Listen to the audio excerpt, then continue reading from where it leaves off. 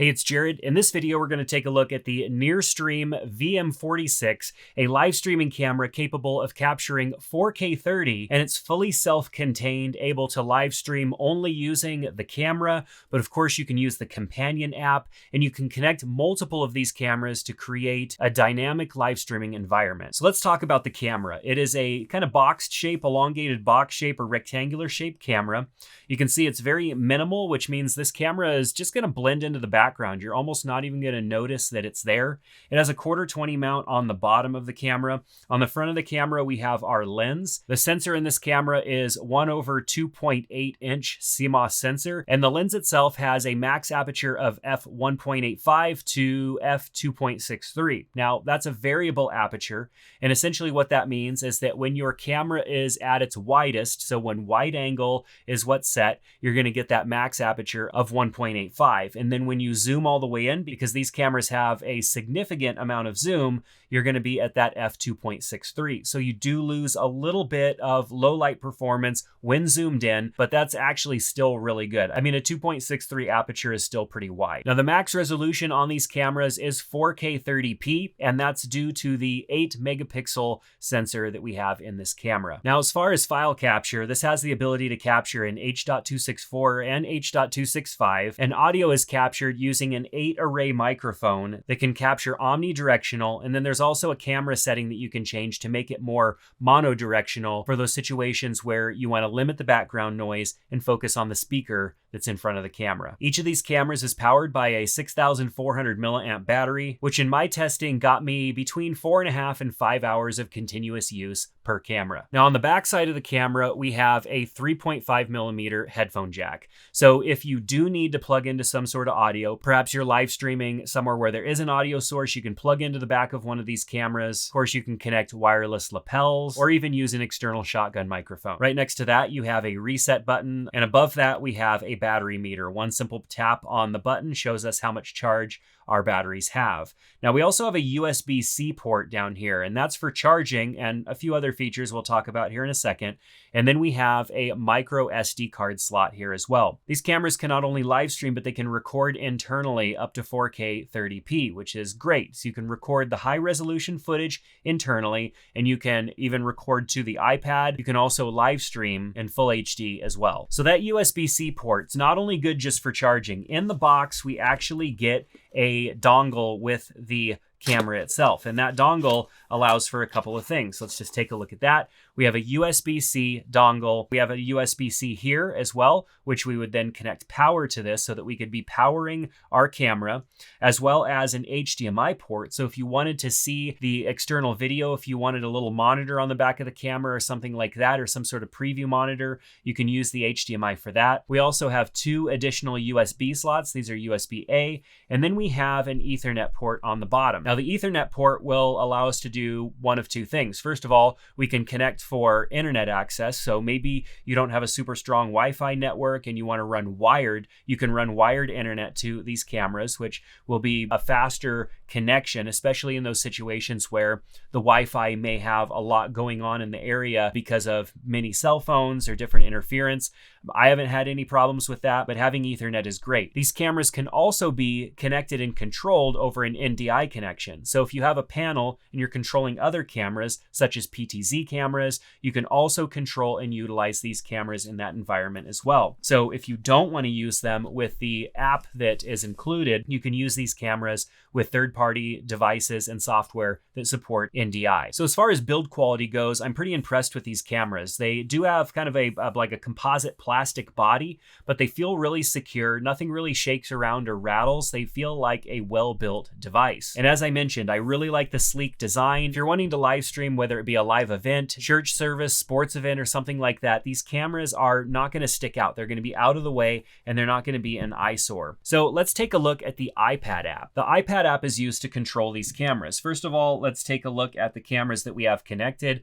Let's go under record, and we can see that we have 2 cameras here that are connected, and they're configured to capture at 4K. We can tap on each of these and change the recording quality. It calls it camera backup quality. Camera backup quality quality is what's being recorded to the micro SD card inside of the camera. We also have the ability to capture to the iPad. Now, the only downfall that I found with these cameras so far is that if you want to record 4K internally to the camera, it doesn't allow you to record as high of resolution direct out to the iPad. So for example, when I am at 4K with the cameras internally, I'm only able to capture at 480p. You can see that the rest of these are grayed out. So at 480p, that's such a low resolution that I only would be using that as maybe just a reference file. That's not a file that I could pretty much use for anything. If I wanted to be able to capture at a higher internal resolution on the iPad, I'd have to set the resolution lower on the camera. So perhaps if I went down to HD, and then let's also change this camera down to HD and hit done, then we'd be able to change the record quality elsewhere. But I want the 4K file just so that we can compare these files, because the camera that I'm looking into right now is a 4K Blackmagic camera. Fantastic camera, great resolution, and I just wanted to compare the two of these cameras. Granted, the 4K Blackmagic camera is a micro four thirds camera with a cinema lens on the front of it, and these cameras are built-in all-contained units with a lens that's capable of zooming in extremely far. So definitely a different use case there, but it's nice to be able to compare them. So now that I have these set up and you can see how much memory I have left on the memory cards, let's go ahead and toggle on record to SD card, and I'll hit start recording. And you can see up here, this is basically my preview out. It's a top-down view. I've got a camera right above, and now that I've hit recording, both cameras have red tally lights on them. So whether I'm recording internally or I'm live streaming or I'm recording to the iPad, you know that you're recording when the red tally lights are turned on. Now, if I wanted to switch to another camera angle, I just simply tap on the other camera and boom, it switches right over.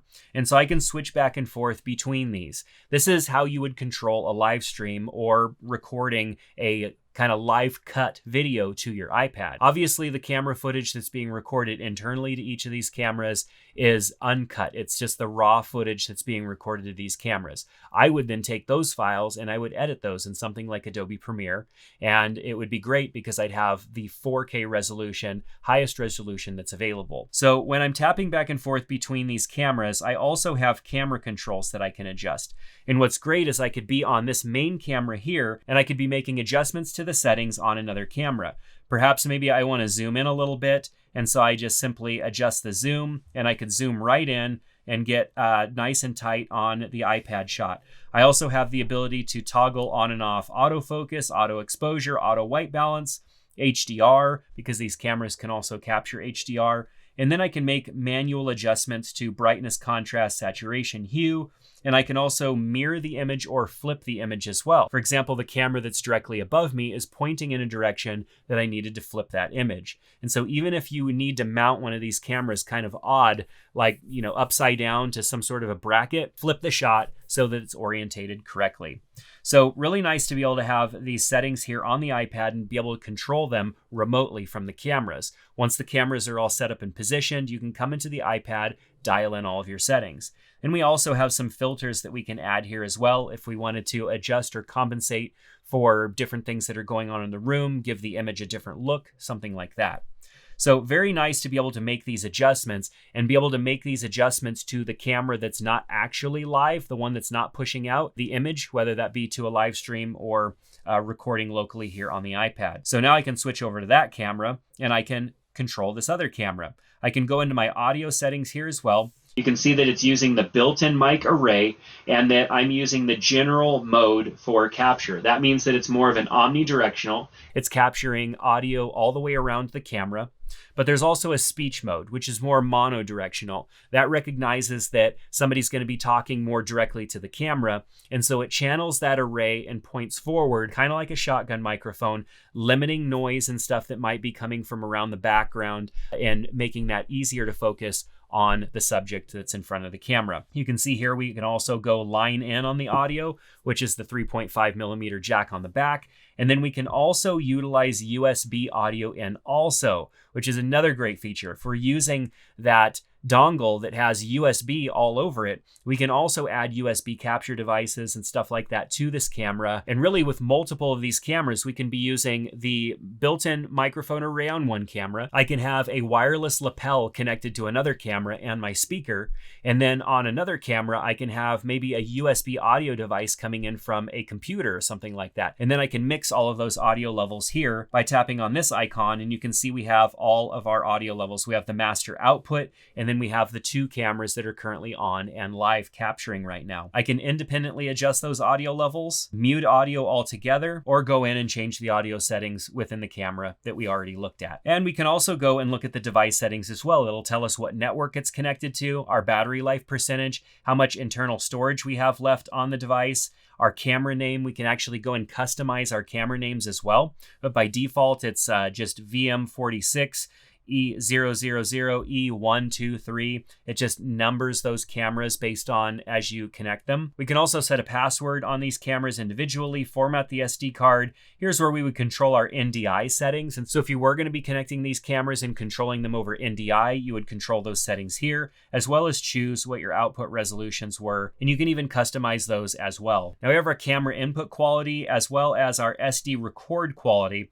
And here's where we can adjust those settings that I said kind of are maybe my least favorite thing about these cameras earlier. So we can't have the camera's recording feature, internal recording feature set to 4K 30, while also having our camera's output at 4K as well. It would be really great if they could be both, or if the camera could be at 4K and the output streaming quality could be at least HD, but you have to meet somewhere in the middle. I would have to set my micro SD recording quality lower so that I can set the output quality on the cameras higher for live streaming or recording directly to the iPad. Now, what's also great is that you can set the action for the button on the back of the camera. When your camera is not connected to a multicam, which two of my cameras are right now, I can tap the power button to perform an action, record to SD card. So if I was not live streaming, obviously if I have something going on already, if I'm recording internally, if I'm live streaming already, and I tap that button just once, I don't want anything to happen. I don't want to disrupt that. I can control that from the iPad. But if both of these cameras were in standby mode, and I would know that because they'd have a green slow flashing light on the front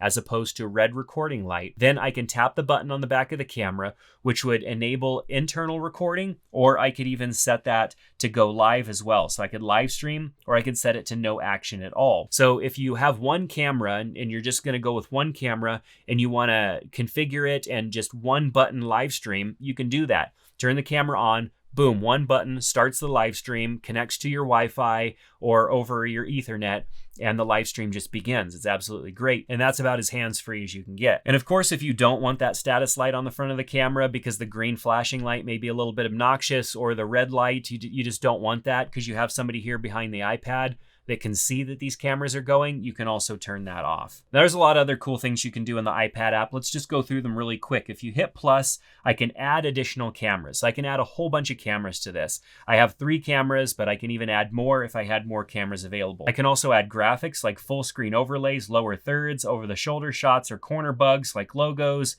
We have picture in picture, so I could do a picture in picture shot here by selecting my first shot like so, and then also adding in my second shot down below to that. So picture in picture is a great option. We also have multi-view. So if I wanted to do like a side-by-side, I can do that as well. I just come in here and set each of these sources and then hit done, and it will take me back and it gives me the side-by-side view, and I can see that right here. And what's great is I can set all of these up. So I can go back to my main full camera view, I can go to my top camera view, and then I can go to my side-by-side. And then if I want to get rid of this side-by-side, I just simply select another camera view and then hit remove, and it removes that from the list. Beyond that, I can also add audio directly from the iPad. So if I want to add music, there's a whole bunch of built-in music that I can use that you can see is here within the app. And I can also add music to this as well. So if I have like loading music or something that I'm playing in between sessions or something like that, we can actually just add music and play it directly into our live stream. So let's stop recording on the individual devices themselves and just look at the live streaming setup. So you can see here I'm connected to a Facebook profile. If I tap on that, then I get the option to go live and set my resolution.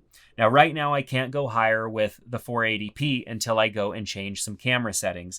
And I talked about that a little bit earlier. I'll actually have to go in and change my camera settings in order to get to record higher. So I can go and change my camera settings to 1080p high, hit done. And then when I go back into live, you can see that I have the 1080p plus set. And when I hit go live, it's going to connect to my Facebook account and start live streaming that video. Now, alternatively, we can also connect to YouTube, Twitch, and it supports custom RTMP as well. So we can live stream to any platform that supports that. Now, while there's one or two little quirks that I hope that they're able to fix with firmware updates, such as the resolution issue there, these cameras are actually pretty fantastic. Not only is the build quality good, and they're just really sleek, simple to use cameras that you can put in a bag and deploy easily, it's extremely easy to manage those cameras and create an extremely dynamic live stream with minimal equipment. So I've got a link to the NearStream VM46 down in the description below, as well as a couple of other tools that I use with these, such as the tripods that I was using in testing and a few of the clamps,